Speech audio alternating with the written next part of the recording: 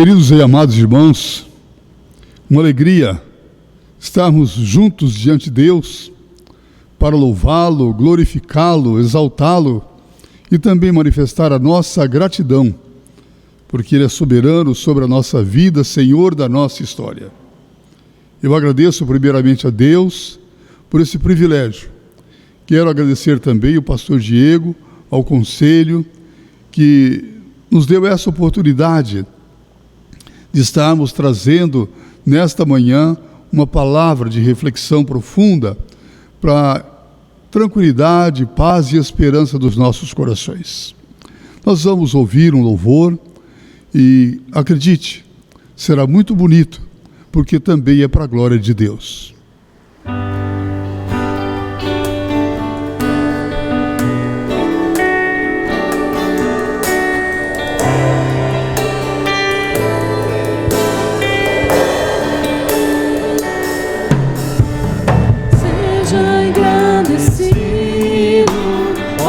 Da minha vida, Tu és o Deus da minha salvação.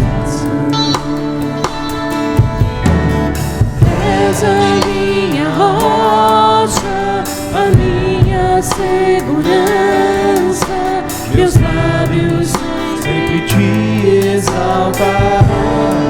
Seja engrandecido. Seja engrandecido, ó Deus da minha vida, Tu és o Deus da minha salvação. És a minha rocha, a minha segurança, meus lábios sempre Te exaltarão.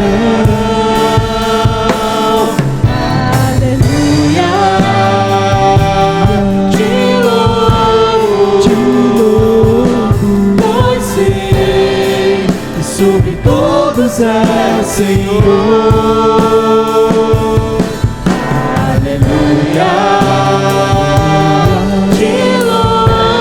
Te louvo, pois sei que sobre todos é o Senhor. Aleluia. Aleluia.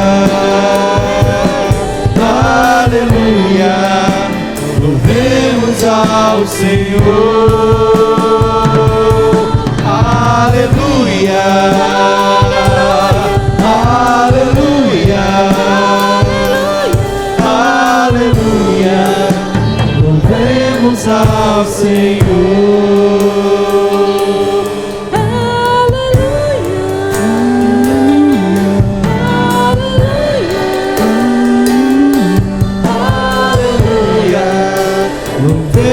Ao Senhor, aleluia,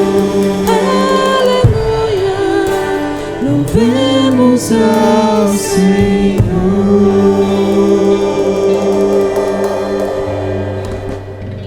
Nós vamos também explicar o porquê do texto que escolhemos. O pastor Diego disse para mim que o texto estaria à minha vontade para escolhê-lo. E quanto à mensagem, ele pediu que fosse falar sobre a última semana antes da ressurreição. E nós escolhemos um texto que, na verdade, está em Lucas, João e Mateus. Marcos não registra esse texto. Talvez por ser um evangelho menor, foi o primeiro a ser escrito, mas eu quero falar sobre as 7 palavras de Jesus na cruz, as últimas 7 palavras de Jesus na cruz. E eu quero ler um pequeno texto, está lá em Lucas, capítulo 22, verso 42. Quando Jesus disse: Pai, se possível, passa de mim este cálice, contudo, não se faça a minha vontade, e sim a tua vontade. Eu chamo a sua atenção, meu amado ouvinte e querido irmão. Este momento é de profunda reflexão para nós. E ao refletirmos, eu quero convidá-los a pensar nos atos atrozes e terríveis que eram vistos e ouvidos nas batidas do martelo, ao cravarem os pregos nas mãos, nos pés de alguém que até agora, e que está até agora, na condição de o maior pecador, só porque amou. Reflitamos na coroa de espinho que fora cravada na cabeça daquele que se fez maldito por amor. Reflitamos ainda, sem falarmos nos ultrajes de sua seminudez, no cuspe no seu rosto, reflitamos na sua perfuração causada pela lança do soldado, que sem pensar ou ter consciência do que fazia nesse momento, ele abre o lado de Jesus, onde verte sangue misturado com água. Era um líquido grosso, que é como se tivesse vazado o próprio coração do Senhor. Foi um momento dos mais terríveis da história, e para que não ficasse gravado nas mentes dos que ali estavam, Deus fez com que aquele momento, aquele instante, aquela hora do dia, tornasse então uma noite escura, como se tivesse um grande eclipse total acontecendo, onde as densas trevas cobriram a todos neste momento. Cristo sabia de tudo o que haveria de passar. Muito embora toda a cena de horror pudesse ser descrita por Jesus, mesmo antes de tudo a acontecer. Lá em Lucas 22, 42, ele diz, como já foi lido: Pai, se queres, passa de mim esse cálice, contudo não faça a minha vontade, e sim a tua. Ainda assim, a dor, o sofrimento, o escárnio, o ultraje, a vergonha, não foi maior que o seu amor por aqueles que lhe feriram. E então Cristo começa a falar, a proferir palavras que se tornaram célebres e a reboar. E o reboar dessas palavras não ficasse apenas na cercania de Jerusalém, mas cruzou mares e oceanos, terras, vales e montes, e chegou até nós. Sua palavra inicia com uma oração, a oração pelos inimigos. Era a intercessão do justo pelo injusto. Era a troca do bem pelo mal. Em Lucas 23, 34, ele diz: Pai, perdoa-lhes, porque não sabem o que fazem. Este foi o cumprimento da profecia de Isaías, no capítulo 53, verso 12. Pelos transgressores intercedeu. Diante desse fato, amados, podemos ver a revelação do coração misericordioso de Deus, diante do pecador, que Ele ama infinitamente. Como diz João 3,16, porque Deus amou o mundo de tal maneira que deu o seu Filho unigênito, para que todo aquele que nele crê não pereça, mas tenha vida eterna. Nem os sofrimentos físicos conseguiram fazer com que Cristo esquecesse os homens.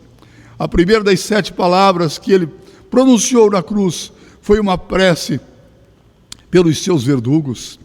Já havia revelado as suas funções proféticas por meio de uma predição notável. Iria agora, amados, mais tarde revelar a sua missão de rei, abrindo as portas do paraíso ao ladrão arrependido.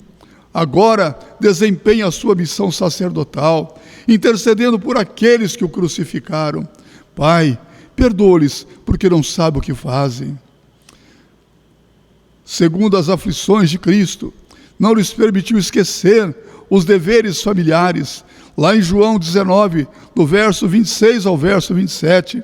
Na verdade, é a partir do verso 23 que podemos observar os espectadores da cruz. Os versos 23 e 24 falam do que fizeram os soldados, esses homens empedernidos, corações odiosos, duros, seus ofícios cruéis, brutais, que já tinham mostrado do que era capaz para com o prisioneiro inocente. O verso 2 e 3 do mesmo capítulo: cegos, não tinha interesse no que se passava, mas era preciso que eles também cumprissem as Escrituras. Verso 23 e verso 24, e assim cumpra o que fora dito por Davi no Salmo 22, verso 16 em diante. Somente o Espírito Santo pode fazer viver em nossos corações e nas nossas consciências essa cena única da história do mundo. Só a revelação divina pode torná-lo incompreensível e permitir-nos compreender nossa culpa infinita e também a graça infinita de Deus, que prova o seu amor para conosco pelo fato de nós irmos ser pecadores. Cristo morreu pelos ímpios, está lá em Romanos 5, verso 6. Somente o Espírito Santo pode tomar que é de Cristo e nos anunciar, em João 16, 14. É nesse contexto de amargura, tristeza, de dor, que as palavras dos versos 26 e 27 se tornaram mais comovedoras. As palavras do Senhor não apresentam denúncia, não parte de um coração rancoroso, não tem nenhuma dificuldade, não se apoia em nenhuma heresia. Amados, porém, quis Deus que em meio à cena de horror da crucificação, no instante mesmo em que o sofrimento do Senhor Jesus atingir o seu ponto mais alto, sua humanidade se manifestasse por essas palavras ditas à sua mãe. Jesus, de modo comovedor, assegura um protetor àquela que teve a honra e o privilégio de ser sua mãe segundo a carne, e isso pelo milagre da concepção pelo Espírito Santo. Assim ele disse: mulher, eis aí teu filho, apontando para João. Queridos, a terceira palavra na cruz, dita por Jesus, registra-se em Lucas 23, 43. Em verdade te digo que hoje estarás comigo no paraíso. Essas palavras de Cristo mostram o seu poder, sua misericórdia, seu amor pelo pecador. No mesmo, em agonia, Cristo manifesta a sua vontade de salvar o pecador. De Gênesis a Apocalipse, não encontramos uma prova mais evidente do poder e da misericórdia de Cristo do que na salvação do ladrão arrependido. Queremos prova maior do que a salvação que Cristo pode dar àquele que o busca, aquele que entrega a sua vida a Ele. E sabemos e entendemos aqui que a nossa salvação não vem pelas obras, a nossa salvação não vem pela caridade. O caso em questão é uma prova grande que a salvação vem pela fé em Cristo Jesus. O ladrão estava cravado ali na cruz, de pés e mãos atados, nada podia fazer pela sua alma. Todavia a graça de Cristo salvou. Hoje estarás comigo no paraíso. A palavra hoje, estarás comigo no paraíso, de maneira especial, separando aqui a palavra hoje, contém o volume inteiro de teologia, pois nos mostra que logo após a morte, o crente em Cristo passa ao gozo da felicidade. Nesse momento, não se efetua sua completa redenção, sua bem-aventurança completa, só será perfeita e começará no dia da ressurreição. Mas não há nenhuma demora misteriosa, nem intervalos de expectativas, nem purgatório algum. Logo que expire e se acha com Cristo, é o que diz o apóstolo Paulo em Filipenses 1, 23. Por isso se encontrar em Cristo e morrer em Cristo é compartilhar das bem-aventuranças celestiais com o Senhor. Está lá em Apocalipse capítulo 14, verso 13. Amados, nossa morte será um grande lucro, porque para nós, como diz Paulo, o morrer é lucro. A quarta palavra que Cristo falou na cruz encontra-se em Mateus 27, 46. Jesus foi crucificado às 9 horas da manhã, a terceira hora dos judeus. Conta desde o nascer do sol. Às 12 horas houve trevas sobre a terra. Às 15 horas Jesus expirou. E lá em Mateus capítulo 27, 46, Jesus diz: Eloi, Eloi, lama sabachthani. Deus meu, por que me desamparastes? Após 6 horas de agonia, Jesus rende o seu espírito. E as últimas palavras que proferiu antes de expirar foram: Deus meu, disse ele, por que me desamparastes? Estas palavras, amados, encerram o mistério que a ninguém foi dado desvendar. Foram, sem dúvidas, arrancadas pela dor física, porém ela exprime, talvez melhor, a angústia de uma alma oprimida pelo peso do pecado do mundo. Neste momento supremo, a iniquidade do gênero humano pesava sobre o bendito Redentor. O peso era imenso, e esse peso real e verdadeiro é a substituição quando ele, o eterno Filho de Deus, se viu desamparado. A quinta palavra dita na cruz por Jesus foi em João 19, 28. Tenho sede. Cristo começou, preste bastante atenção nisso. Cristo começou o seu ministério sentindo grande fome e completou o seu ministério sentindo grande sede. Está registrado em Hebreus 4,15. Tudo isto mostra o lado humano de Jesus. Ele era verdadeiro homem. Aqui contraria a teoria gnóstica que afirmava que Jesus, que o Cristo divino, veio sobre o Cristo humano quando ele foi batizado. Deixou quando morreu. Jesus, queridos, era verdadeiramente humano e verdadeiramente divino. Isso era inseparável. Está lá em João 4, 7. Aquele que sofreu a fome na tentação e a sede no sofrimento, deu sua vida. Ofereceu sua vida na cruz para saciar a fome e a sede espiritual do mundo. João 6,35. A sexta palavra da cruz proferida por Jesus registra-se logo a seguir. O texto lido de João 19,30 diz: está consumado. A obra estava feita.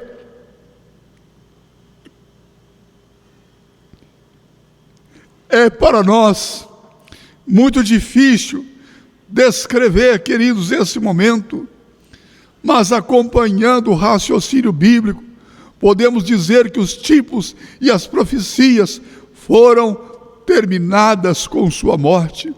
Sua obra aqui na terra estava finda, quando exclamou na cruz: está consumado.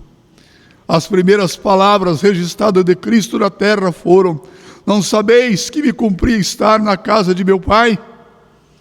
As últimas palavras antes de render seu espírito: está consumado. Bem-aventurado o cristão que na hora de sua saída desse mundo pode dizer: está consumada a obra que o Senhor me deu para fazer. Amados, a cruz de Cristo completa na verdade, ou completou a revelação de Deus pela qual ele tinha sido enviado na terra e tinha feito tudo para revelar Deus aos homens. A antiga aliança está consumada. Agora proclamamos a gloriosa notícia: Cristo consumou a salvação do homem. Está consumado. Proclamar a gloriosa notícia que Cristo consumou a salvação do ser humano é algo maravilhoso, amados. Há bilhões de pessoas que nunca ouviram falar na obra completa de Cristo. Cabe a nós um dia orarmos Maranata, como que dizendo: vem, Senhor Jesus, buscar-nos. Já consumamos a obra que a nós confiastes.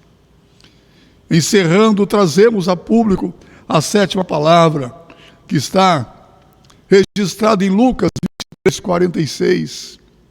Então Jesus clamou em alta voz: Pai, nas tuas mãos entrego o meu espírito. E dito isto, expirou.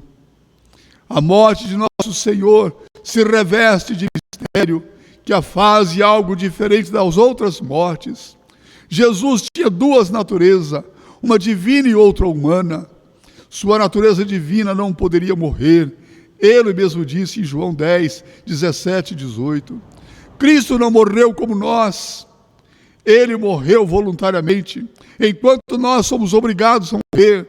Mas Jesus morreu voluntariamente.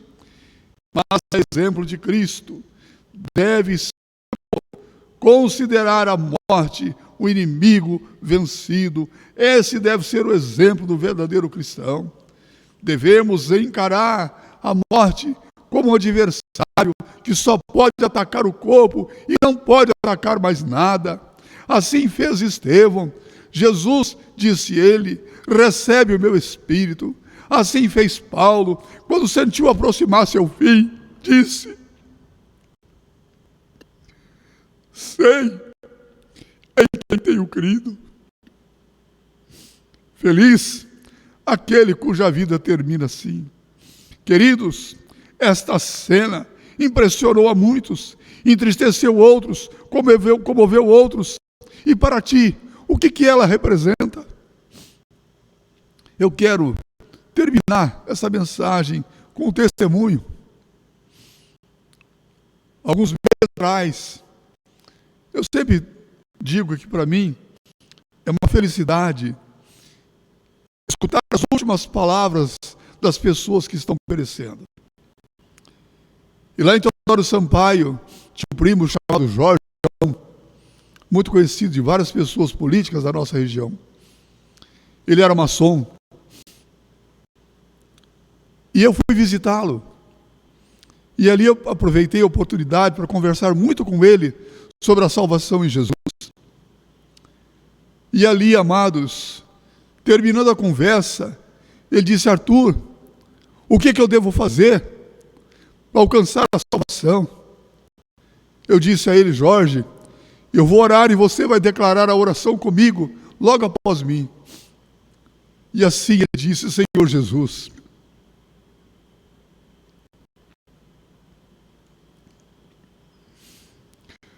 nas tuas mãos eu entrego a minha vida. Salva-me por tuas misericórdias. Oramos com ele e naquele momento ele começou a sentir-se muito mal. Foi sendo levado para o hospital às pressas e não falou mais nada. Mas ele ali garantiu a sua salvação pelas suas últimas palavras. Queridos, havia um pastor na igreja ali, do Brasil, muito radical, que não queria que o corpo fosse velado no templo. E depois que o testemunho da minha prima foi contado a ele, como que o Jorge entregou sua vida para Jesus, ele permitiu. E foi um belíssimo testemunho para todos aqueles que ali estavam. Talvez hoje possa ser a última palavra sua para a morte. Hoje possa ser a última palavra sua para o inferno e para o diabo. Basta, querido, você dizer: Senhor Jesus, nas tuas mãos entrego minha alma, meu corpo, minha vida, meu espírito. E a graça de Deus inundará a sua vida. E hoje você também pode estar dizendo a primeira palavra para a salvação: Senhor, obrigado. Em nome de Jesus. Querido, como essa mensagem toca no seu coração. Que Deus nos abençoe e que perdoa-nos na certeza da volta de Cristo e a nossa ascensão ao céu com Ele, para a sua glória e para o seu louvor, em nome de Jesus. Eu quero nessa oportunidade orar com você e por você. Onde você estiver, ninguém mais vai ver, só você e Deus. Levante a sua mão, abra o seu coração, que essa palavra fique gravada na história da sua vida, sobre quando O maior dos atrozes aconteceu com aquele que assumiu todo o pecado do ser humano, para que pudesse, amando-o, trazê-lo para a salvação, para a vida eterna. Feche seus olhos onde você está. Eu quero orar com você. Pai Santo, em nome de Jesus, sê propício conosco, pecadores. Obrigado porque um dia o Senhor me chamou, o Senhor revelou o seu amor por mim, e o Senhor me convocou, Senhor, para esta obra tão maravilhosa de anunciar a salvação em Cristo Jesus. Muito obrigado pela tua igreja, pelo teu povo que nos ouve nessa oportunidade. Obrigado, ó Deus, pelo Tiago, companheiro firme aqui, ó Deus, gravando, ó Deus, esses vídeos na manhã de domingo, Senhor. Muito obrigado, Senhor, pela vida dele. Abençoa a sua vida física, psicológica e espiritual, assim como de todos aqueles que nos ouvem nessa oportunidade. Abençoa a sua vida profissional, abençoa a sua vida familiar, abençoa-o como amigo, como companheiro. Obrigado pelo pastor Diego, pela sua família, pelos diáconos, pelos presbíteros e seus familiares. Abençoa todos, Pai, fortalecendo nossa fé, renovando a nossa esperança e ajudando-nos, ó Deus, a continuar firme nessa caminhada que terá, ó Deus, como final a glória do Senhor. Porque hoje, ó Deus, já vemos lá no final Jesus Cristo de braços abertos nos esperando. Que o Senhor abençoe a tua igreja, Senhor. E que essa igreja seja dinâmica, forte, ó Deus, e fortalecida pelo teu Espírito, ó Deus. Levar a mensagem salvadora a muitos ainda aqui nessa cidade, a muitos que nos ouvem em outros rincões. Senhor, misericórdia, ajuda-nos, eu te peço em nome de Jesus. E que a paz de Cristo, e que o amor de Deus, e a intercessão gloriosa e poderosa do Espírito Santo, seja sobre nós, e sobre todo o povo de Deus, espalhado sobre a face da terra, hoje e para todos sempre. Amém, amém e amém.